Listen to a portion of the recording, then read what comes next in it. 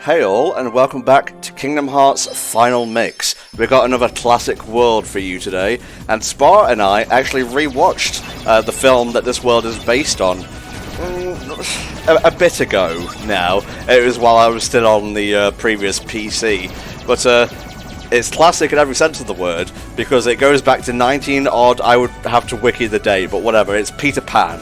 You know, you got your Jolly Roger, you got your flying guy in a green leotard, you've got Wendy, whose voice actress also plays Alice from Alice in Wonderland, and this thing looks like a fucking Fisher-Price toy. It's also pretty large, if you think about it, being out here in the expanse of the Gummy world, because the Gummy ship is way bigger than our characters, and the ship is way bigger than the Gummy ship, and it doesn't seem that big once we actually get here on the actual ship. Something that was discovered recently, or at least I learned recently, is that all the rooms here in the ship are actually laid out in the space of the game and the way they actually are, where the doors matching up and everything, which is kind of rare, I feel like, for video game levels. Yeah, they tend to fudge inner space, as it were. Like, I doubt, like, Hollow Bastion is one-to-one, but whatever, we're dealing with relationship drama now, I guess? That's right. Sort of. I don't know. The kids are 14. They could be in relationships or whatever. It's mostly friendship drama. No fucking Tumblr bullshit on my ship, boy.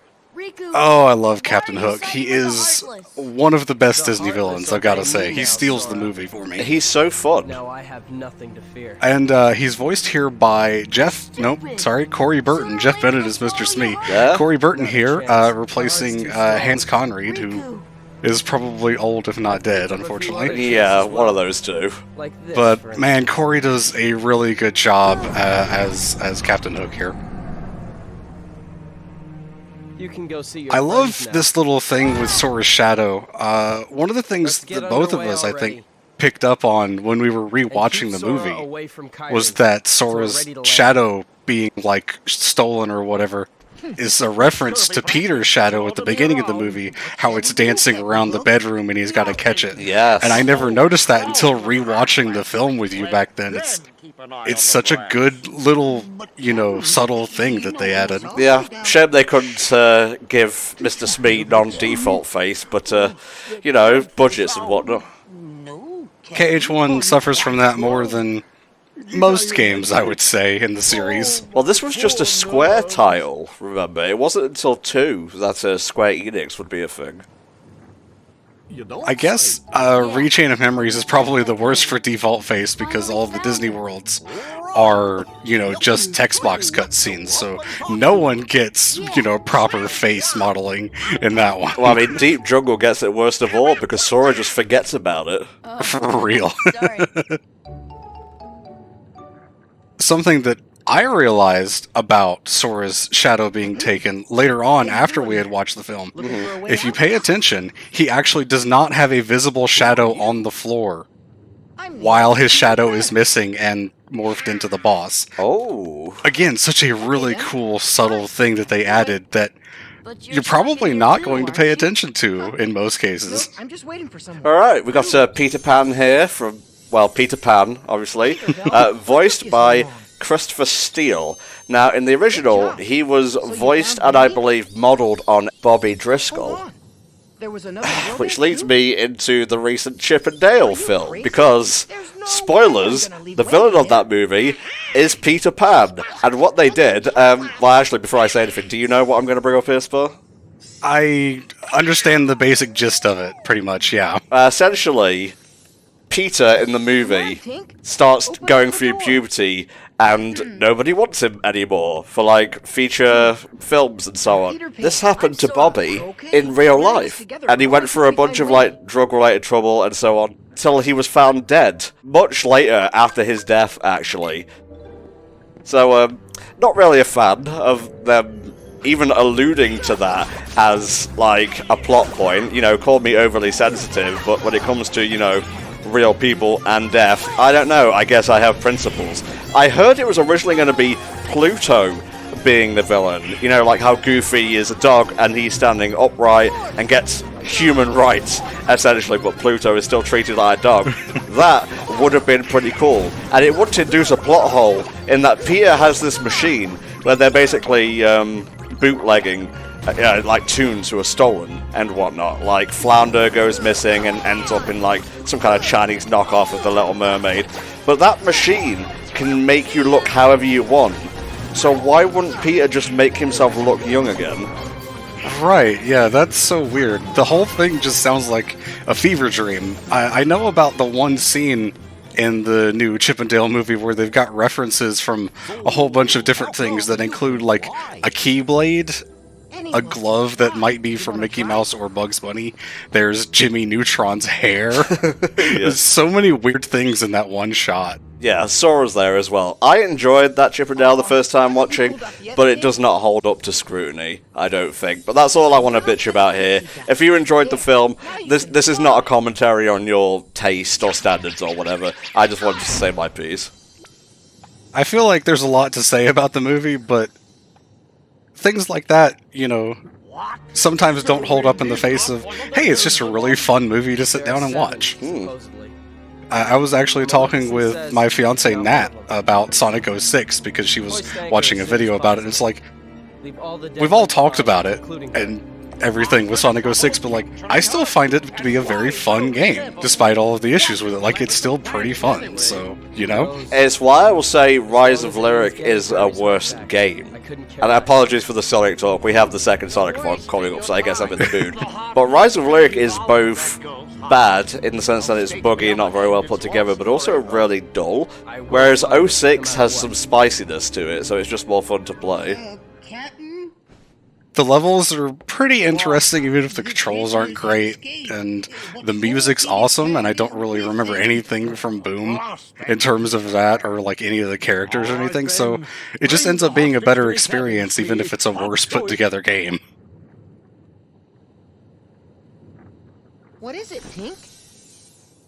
I love the camera angles of everything that's here. That shot back in Hook's cabin, where you're seeing the camera pan across his desk as you're seeing Hook and Riku talk, and all of these camera angles here. It's just excellent. I mean, obviously, they can kind of do whatever they want since it's a game. It's not as complicated as trying to do camera angles like this in a real movie. But, like, it's just so interesting to see something like this instead of just the camera panning back and forth between, you know, talking heads, basically. Something like Horizon, which unfortunately suffers really bad from cutscene direction. Okay, opinion incoming. Bad take alarm. That is the most beautiful, boring game I have ever seen. And I'm talking about, like, Aloy has no personality, like, facially. She is basically static all the way through. Yeah, I've played a little bit of it, and we're doing a lot of not talking about the game here, but we're having fun and getting back into things. We're walking through the fucking cabins and whatnot, mate. Yeah, I played a little bit of Zero Dawn. I haven't played the new Forbidden West, of course, but Horizon's pretty fun. I like it a lot more than I did Breath of the Wild in terms of gameplay, which is weird, because it's kind of basically the same thing. Debatable. Well, I mean, you can't debate about what I like, Tom. Jeez. I can, and I will. Bit of a roadblock incoming here for young Tom 64. This was a particularly nasty minibus. It still is, and it was also a roadblock for young Spar. This boss fight is not fun. It's actually pretty notorious for speedrunning as well, because there's definitely things you can do, like using stop here, to actually freeze Anti-Sora in place, but the problem with this fight is that later on he'll start disappearing entirely and going into the floor, and when that happens, your party members are actually horrifically detrimental to you. He'll disappear after either 5 hits or Sora does a combo finisher, and your party member hits also count towards that. So you don't want them to be hitting Anti-Sora, because Sora himself does way more damage than Donald and Goofy do. And it's a point where you may have noticed that I've been using gravity a lot. At this point in the game, and the amount of MP I have, gravity is super strong against normal enemies, but against bosses, it kind of doesn't do anything. No. Gravity's designed to do damage based on the amount of HP an enemy has left from their max. But of course, bosses have really high max HP, so it does a lot less damage to them to make up for that. It's just calculations that they added, so I use it here a bunch. It's not a good idea. If you're going to use magic here, definitely go for Blizzard. Time seems to be doing you a treat as well, at least in the early part of the fight. Yeah, Stop can definitely be really helpful. I think he'll break out of it once he's in this phase, where he'll disappear after a couple of hits like this.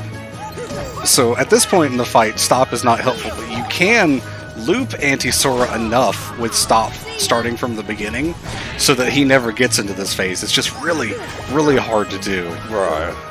And, you know, obviously, props to speedrunners for being able to handle stuff like this. I know they practice a bunch, but man, it's a lot of skill, and you know, definitely respect to them for that. I think it was this fight in particular that taught me the benefit of Aero back in the day, and how it can get you out of a tight pinch if you happen to be a little bit underleveled and whatnot, because that little defense buff can go a long way. Yeah, Aero is really one of the best spells that you can get, especially when it levels up. The first level of Aero is just the defense buff. The second level deals damage to nearby enemies, and the third level of Aero will reflect small projectiles unless you're fighting Ice Titan, in which it's a very bad idea to use Aeroga because it makes the projectiles even larger, so don't do that. Yeah, Raven's Claw. When are we going to get to Griffin's Door? Alright, I guess Huck just wanted the pet. Puppies in weird places. Fortunately, there's no Dalmatians in Atlantica because, you know, they would drown. It's a nice thing that the developers decided not to do that. Not now. Can't believe they got Jack Black to play Tinkerbell. We all hear what we want to hear, I suppose. No, sorry, we gotta get the heck out of here! That's why Jack Black is terrible, I'm sorry. So Peter just kind of fucks off here because, I mean, he's got a girl to save, I guess. I can respect that. Yeah, like, we're in the middle of another adventure right now. We don't have time to be dealing with two princesses. Getting Wendy out of the way is, like, definitely a good idea because it does, you know, keep her safe, so I can respect that, yeah. Okay, Donald, now you can firebomb the entire ship. Right? We could set fire to the entire thing. I guess Kyrie's still here, so... Oh, there's always some kind of complication that ruins my fun. It's really good that gravity doesn't, like, force the ship itself to sink. It's a good thing it doesn't do that. That would be hilarious. Run off where? Cast gravity at the moon and just pull it down Majora's Mask style. Oh, God, no. By the way, shout out to the Crab Claw Keyblade that a lot of people don't like, but is actually really good. I love it. It gets outclassed very quickly by the Keyblade we're going to get here, but at this point in the game, it's pretty much the best in terms of strength and magic that I can have. So yeah, you're going to see me using it in this part, and that's about it. That's Fairy Harp, right? Fairy Harp from this world, yes, which is the same MP, but bigger strength. Shorter reach, though, so that's the trade-off, so you got to keep an eye on that. Yeah, a lot of the KH1 Keyblades are really simple designs. Like, Crab Claw is just blue and orange with, you know, a crab on it, hence the name. But they're very aesthetically pleasing to the eye as well. I think the simple designs are great. Like, even Crab Claw has, like, some intricate shell designs, like on the handle and the handguard and stuff, but it's still kind of simple, like you said, compared to some of the ones in Birth by Sleep where the Disney World Keyblades are kind of over-designed in a lot of cases, and I just don't like them that much. Gaudy, would you say? Gaudy is definitely a good word for it. I will pretty much avoid the Birth by Sleep Keyblades. So what we're saying is the Keyblades in KH1 are simple and clean. Thank you, good night. Honestly, some of the best in the series. Mm-hmm. That's right, bitches, I can fly. Yep, fairy dust, and is it either happy thoughts or just believing that you can fly that does it? Thanks, I can't Peter. remember. Hey, don't mention it. You didn't think I'd leave you and Tink behind, did you? Well, actually, I did have second thoughts there for a bit. Yeah, we kind of thought about it for a second, but it turns out Peter's actually kind of a bro. Yeah. A little bit similar to, I guess, the character arc he goes through in the movie, where he realizes how much of an asshole he was to Wendy and her brothers, so... Yeah, I can't believe they got away with the line from Peter. Oh my god, I've been a cunt all this time. I'm so sorry. Give me strength. And here we are seeing another one of the summons. I picked up the Dumbo summon from Monstro. Uh-huh. Very weird, it forces Sora to actually become smaller to ride on top of him. Oh. And when you notice it, you will never unsee it. No, I don't like that.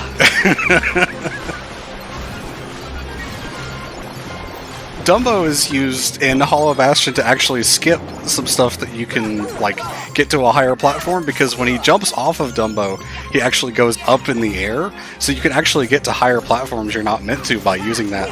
I'm not going to show that off here, because of course I'm, like, doing the platforming stuff normally, but just so that you know that Hollow Bastion can be skipped in some places like that. Just so you know that Spa is elite, okay? Well, I'm not, but I know people that are. Fair enough. Alright, Mr.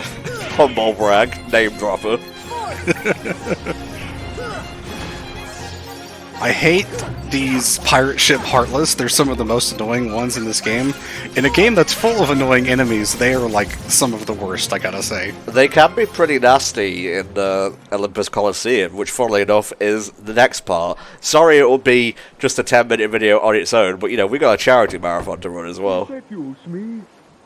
Scheduling of stuff that we had planned was going to be very different before the PC situation, but like we're so close to the marathon now that we can't really avoid it, unfortunately. Oh, he poked his tuchus!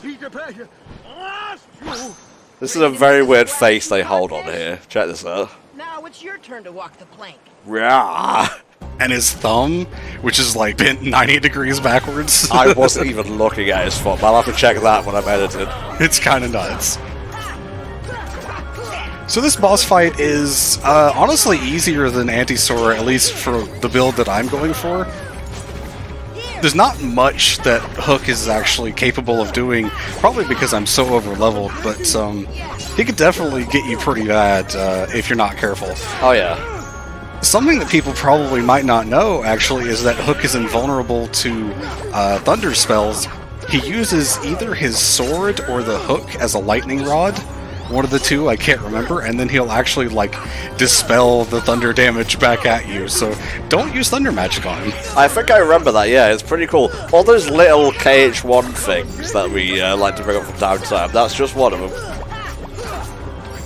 It's the charm of this game that they unfortunately just don't really keep in later entries in the series. Like, there's a couple things here and there for other entries in the series, but KH1 just has so much of it. It's just so charming from start to finish that it really makes up for the jankiness that you're kind of watching on screen right there. You gravity disaster. Okay, Peter, you drift in the air. Good for you. Now, I gotta say, that fight, it can be tricky, because he is an aggressive enemy. I would say Hook in Chain of Memories is much harder. Yeah, Hook can be really bad. Are you talking about the original Chain of Memories or Re-Chain of Memories? The original one, for sure.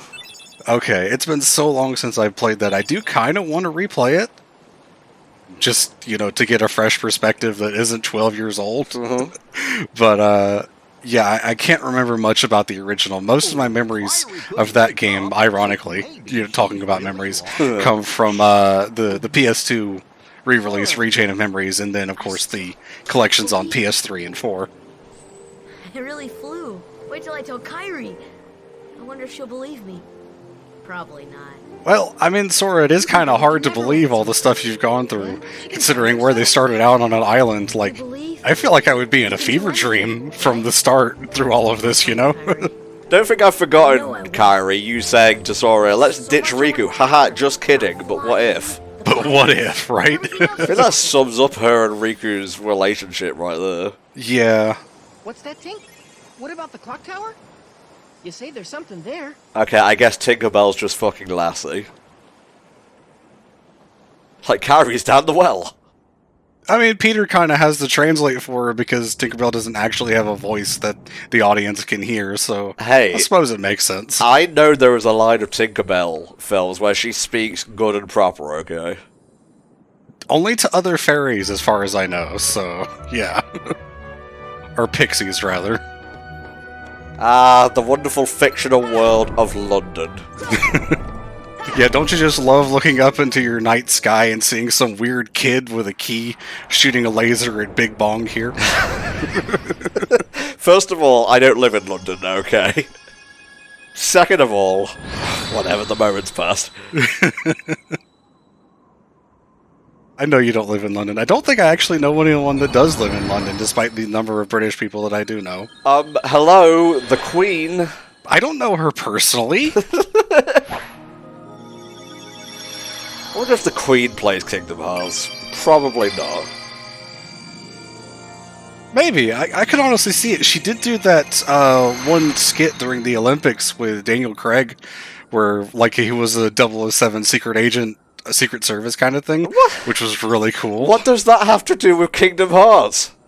I mean, she's at least like apprised on, you know, current media in some form, I suppose. Oh god. I'm having a stroke. It's happening. Like, everything's going blurry. Yeah, I'm gonna be honest. Evil Knievel couldn't have made that leap in logic. You can tell it's the past, because they smeared Vaseline all over it. Yes, this is a continuation of one of these scenes we saw back in Monstro, and Riku can see the keyhole of this world. I think this is meant to imply, as far as I know, that Riku was the original, like, Keyblade holder because he had the gift from Terra that was passed on. And so Sora can't see it, and that's, like, meant to imply that, I guess, which was cleared up in later games, of course. We did say we would be discussing spoilers for the whole series. Behind that very door is actually the Kingdom Key D, which you can see for yourself if you play 0.2. Yep, Fragmentary Passage is a game. It sure is a game. I didn't think it was that great when I first played it, and I've never gone back to it, so... It's fine. It's basically a beta test for KH3 in many ways, and it doesn't do a great job of representing that or the rest of the series. He apparently followed her here through sheer force of will. So yeah, Beast, that Beast from Beauty and the Beast, Disney's Beauty and the Beast, mind you, basically crawled his way through space here through sheer force of will. That's badass. That's raw. It's metal. How many times is Maleficent gonna unseal Riku's latent power? I feel like this is the third time already. It's like Guru unleashing Krillin's potential. It wasn't much. Yeah.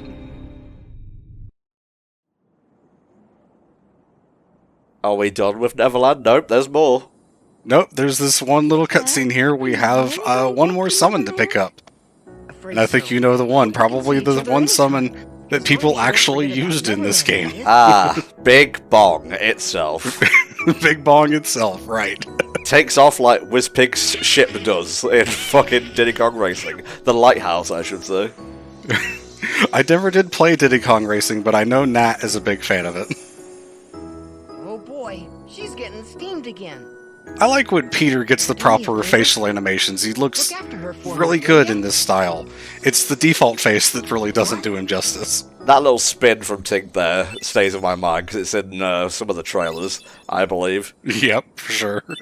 Yay, we got Glide. Now we can be British and fly through the air.